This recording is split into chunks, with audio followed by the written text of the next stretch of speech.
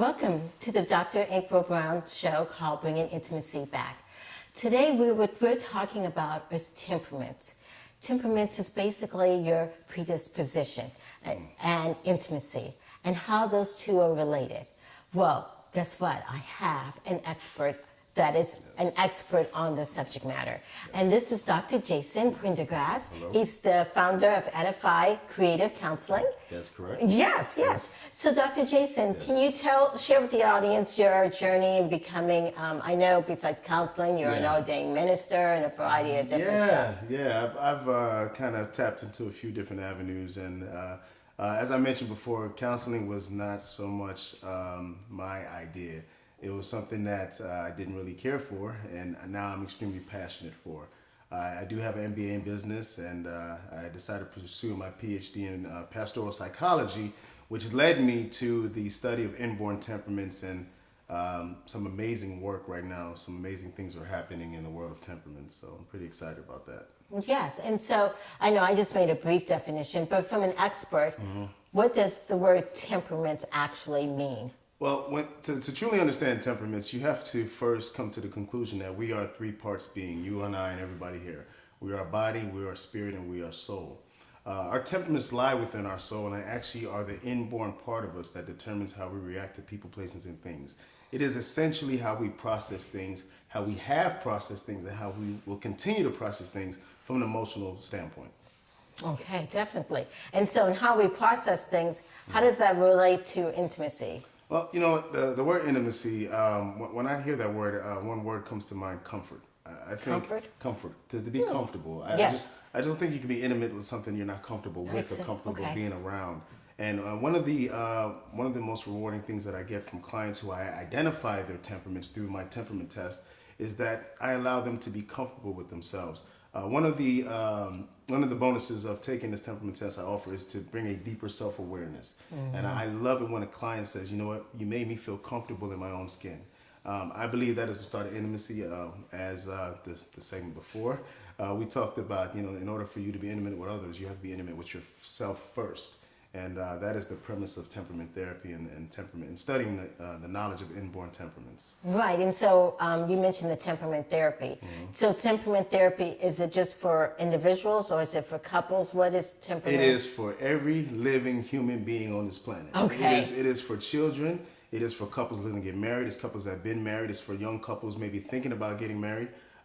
It's for your child, you can't communicate with your kid, he's throwing temper tantrums, you want to get a better understanding.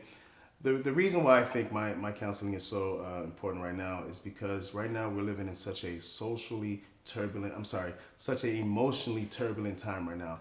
I can't recall society being so emotionally unstable as it is at this point right now. And right now, the emotions, the anger, the fear, the anxiety is just running rapid right now. And so if you know of anybody that's constantly angry, that's constantly fearful, knowledge of their inborn temperaments will allow them to see what areas in life are causing these emotions in their life. Yeah, so basically what you're saying, the test and the therapy helps you, gives you more awareness. Yes, because it'll provide information on what you fear, control, a variety of different stuff that deals with your disposition. Absolutely. And one thing, as I mentioned before, this remains with us.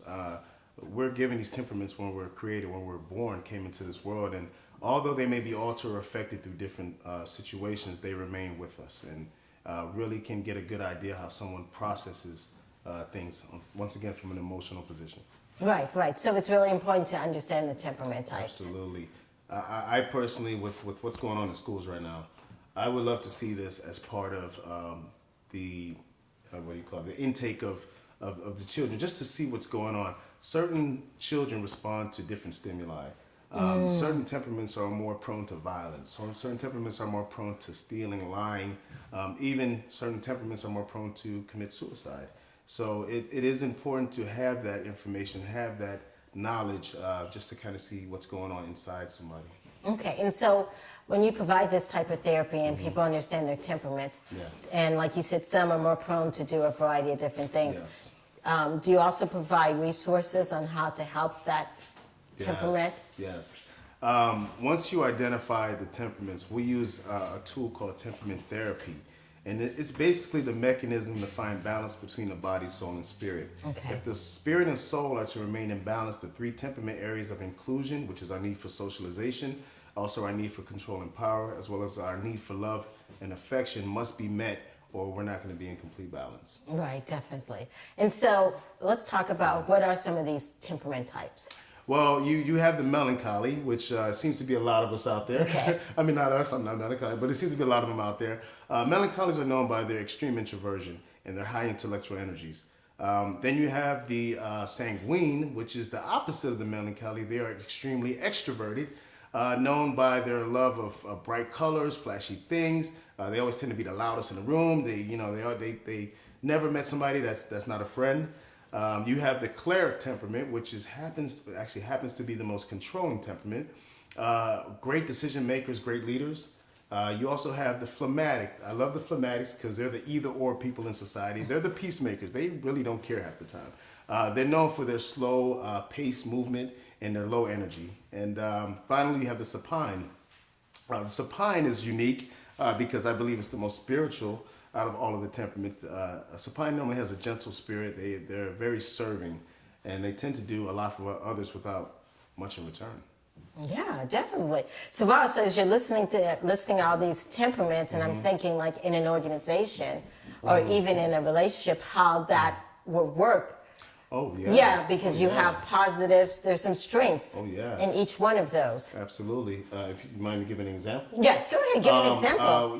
They say opposites attract, and that's very true. Yes. And a lot of times you will find a melancholy marrying a sanguine, the introverted marry the extroverted because they initially attract, but once they get married and life settles in, they have a lot of problems, have a lot of issues. There's not a communication. So temperament therapy would allow them to see how each other will process things and hopefully bring some resolution or a way to fix the problems or help out the situation. Okay, definitely, yes. So we're going to take a small break. When we come back, we're going to talk more about these temperament types and, like you said, how they mismatch and also the background of them. Yes. All right.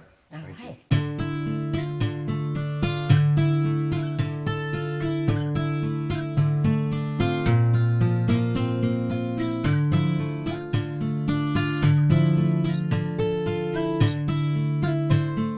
Welcome back to the Bringing Intimacy Show. And today we've been talking about temperaments and intimacy. And I'm here with Dr. Jason, who has a wonderful practice in South Florida. And he just went over the type of temperaments and then how sometimes these opposites attract. Yes. Yes. And so I also know that you are a pastoral counselor. Yes, yes. Are there any, I'm just curious, any biblical evidence of this? Actually, there is. In Psalm 139, it mentions that he created our inward parts. He knit us together in our mother's womb. It further goes on to mention that his eyes saw our unformed body while we're woven together in the depths of the earth. And also goes on to mention that, sorry, I can't remember. But it is a direct connection to temperaments, and it's basically the instilling of inborn knowledge of certain ways that we're going to view things and process things from an emotional standpoint. It's kind of part of our DNA in a sense, and as everyone has different fingerprints and a different DNA, we have different temperaments, and they really impact how we view life on a daily basis. Our temperaments are almost always involved in our process and the way we look at things. So it's very important that you understand them, and if you once you identify your temperaments, it can really guide you as far as a better life overall. Yes, and so I'm assuming, and from what you're saying, temperaments are inborn. It's not something that changes over time. Well, temperaments don't change. They don't disappear. Okay. They are inborn. Now there are some things that can affect your temperaments over a period of time, and one of them is learned behavior. Learned behavior is what you've learned, what you've picked up from your upbringing, the environment, your surroundings. Right. They impact your temperament, giving you the ability to go above and beyond, which is the capacity to go above and beyond your temperament, but they still remain. And one of the visuals I like to give as far as temperaments to really instill this in a client is, if I took some apple seeds and I planted these apple seeds in the ground, they're going to be affected by the environment, by the conditions, sunlight, whatever. Nothing's going to take away from the fact that these apple seeds will become an apple tree. And that's the way our temperaments are. We come into this world, we're affected by who raised us, who's around us, our environment, our conditions, but our temperaments remain. That's pretty much how they work. Okay, good, good. So when someone enters therapy and they take the temperament test, how does it work from there, especially when they're a couple or? It's a process. The first part of it is to truly let them understand how they work. Okay. How they're pre-wired, predisposition, as you mentioned before. And once you come to terms with how you do things, it's easier for you to then connect to somebody else. And what we do with couples is that I like to sit with a couple individually, and then I put them together and I show them how their temperaments work in favor or against each other, and I give them a map. Not only does the temperament test indicate inborn temperaments, but also gives suggestions. These are needs. We're talking about emotional needs, and you can find the needs, but then you have to meet them. Yes. And that's where the temperament therapy comes into play. We offer recommendations and suggestions how to meet these temperament needs. Okay, good. Yes, I actually took a temperament test. You did? What did you think about it? Yes, and I thought it was wonderful. Wow. Yes, because so wonderful. Yes, it's so wonderful that I actually had my partner take one too. Yes, you did. Yes, and one of the things that I noticed is certain parts on the temperament test that I know that maybe are my weaknesses, are things that I strive to struggle with and that I'm working toward making better. Yes. That's one of the beauties of the results. It gives you so much information. It's going to give you career choices. It's going to let you know if you're task-oriented or relationship-oriented. Knowing that is a big factor in the type of career you pursue. It's going to let you know how you respond. Do you respond to the threat of punishment or the promise of reward? What motivates you? I will be able to officially tell you that, which can be utilized effectively in the future to just make life more enjoyable and pleasurable. Yeah, and it definitely, for me, was an eye-opener how I react to different people and that kind of stuff. Yes. Well, I'm glad you liked it because I was a little nervous. Okay. Because you're a professional, and so I definitely enjoyed that. Yes, definitely. And so have you taken it yourself also? Absolutely. Okay. Absolutely. I don't think I would be here right now if I haven't. One thing that my report highlighted, and I'm open about this, it revealed that I have the phlegmatic temperament. Whenever you have the phlegmatic temperament, you have a issue with energy. Okay. I would get out the gate in the morning, but by midday, I'm just like, I'm just depleted. I have no energy whatsoever. And it actually forced me to not engage in certain activities or kind of stand back or not take opportunities because of that energy. I try to conserve it. I didn't want to deal with people because people drain you. People don't know that. People drain you emotionally. So you got to be careful who you hang with. And but it didn't allow for opportunities. And once I learned about my low energy, I started to implement a better workout program and juice and to run every morning, which increased my physical energy, which increased my emotional energy. So I would have never figured that out. I thought something was wrong with me. It wasn't. It's just that I have low energy, and it really was impactful. In fact, like I said, I would not be here right now if it wasn't for that. Right. So that's really critical in the sense of helping couples and for families.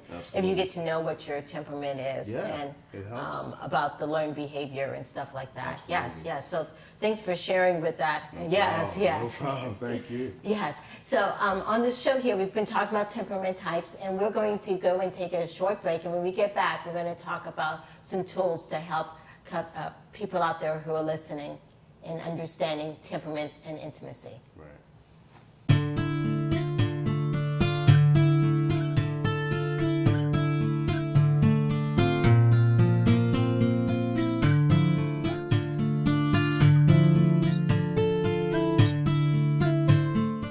Welcome back to the Bringing Intimacy show, where intimacy is real. And today we've been talking about temperaments and intimacy with Dr. Jason. Yes. And he was explaining how he took it himself and how he found out that energy was really one of the things that helped him and that kind of stuff. Yes. And so as you're talking with people or if you talk with clients and stuff, what are some tools to help them in figuring out their temperament and how to use their temperament?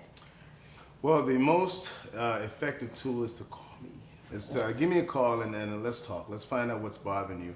Right now, what's your website so people it's www.edifycounseling.com. Edify is spelled EDIFY, counseling.com. Drop me a message, leave me some information, and I'll be more than eager to get back to you.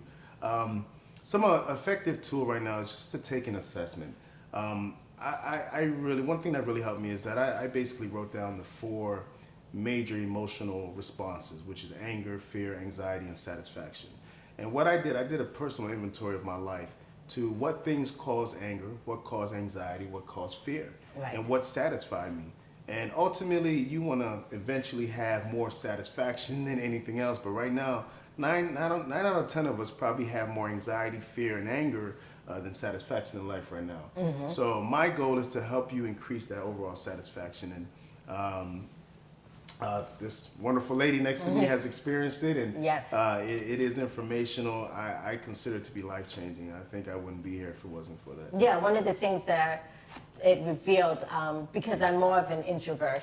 Yes, you are introverted. Yes, that I do have to take time for myself. Oh, yes. Yes, you know what? yes. That is such an important tool. Yes, for me to fuel back up. Yes. Yes, and that was a practice that I started. Yeah. I don't think people realize how important it is.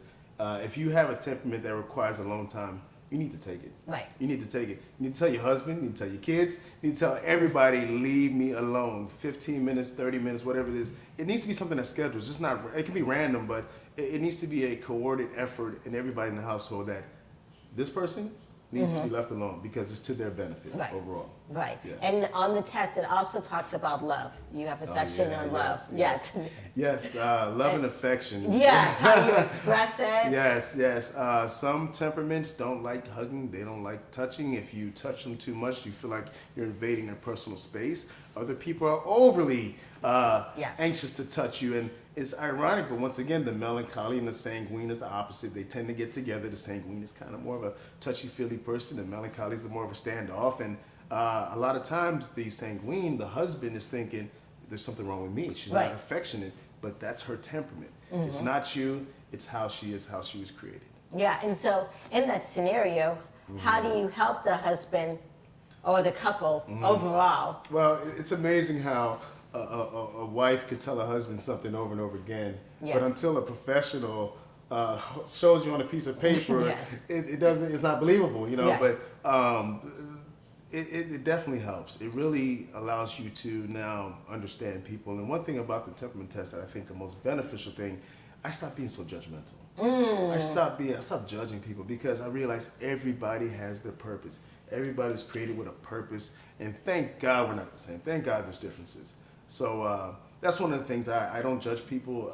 I mean, sometimes you do it naturally. Yes. But that's something I really have changed quite a bit. I understand that everybody is unique and everybody is special in their own way. And I'm glad you mentioned that, because when you do it and you have your partner do it, you realize, oh my gosh, okay, this is why they're like this. Sometimes it's a hard pill to swallow. Yes, I mean, it is, because you know, I think in myself, a lot of people take this and they think it's going to read like a horoscope. Oh, you're a wonderful guy. You're going to do this, and it doesn't mean it's sometimes it's like holding up a mirror and you're seeing your reflection for the first time, and that's the way I kind of attributed to holding up that mirror and seeing yourself for the first time. Not what people tell you, what people try to make you believe, but who you really are inside. And we're talking about your soul. You can't get no deeper than your soul, and that's where the temperaments lie.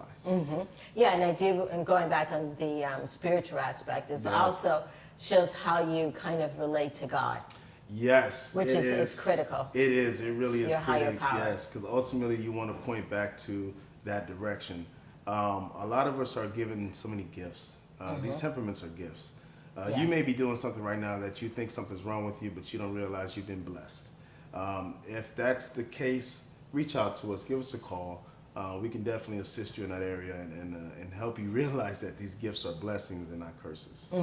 Yes, and that connection with your higher power is everything. Oh my God. Because it goes back to that intimate connection, which is one of the reason why I had you on the show to talk about temperament and intimacy. I couldn't say no. Yes, and it's been a wonderful conversation. I thank you so much for being on the show.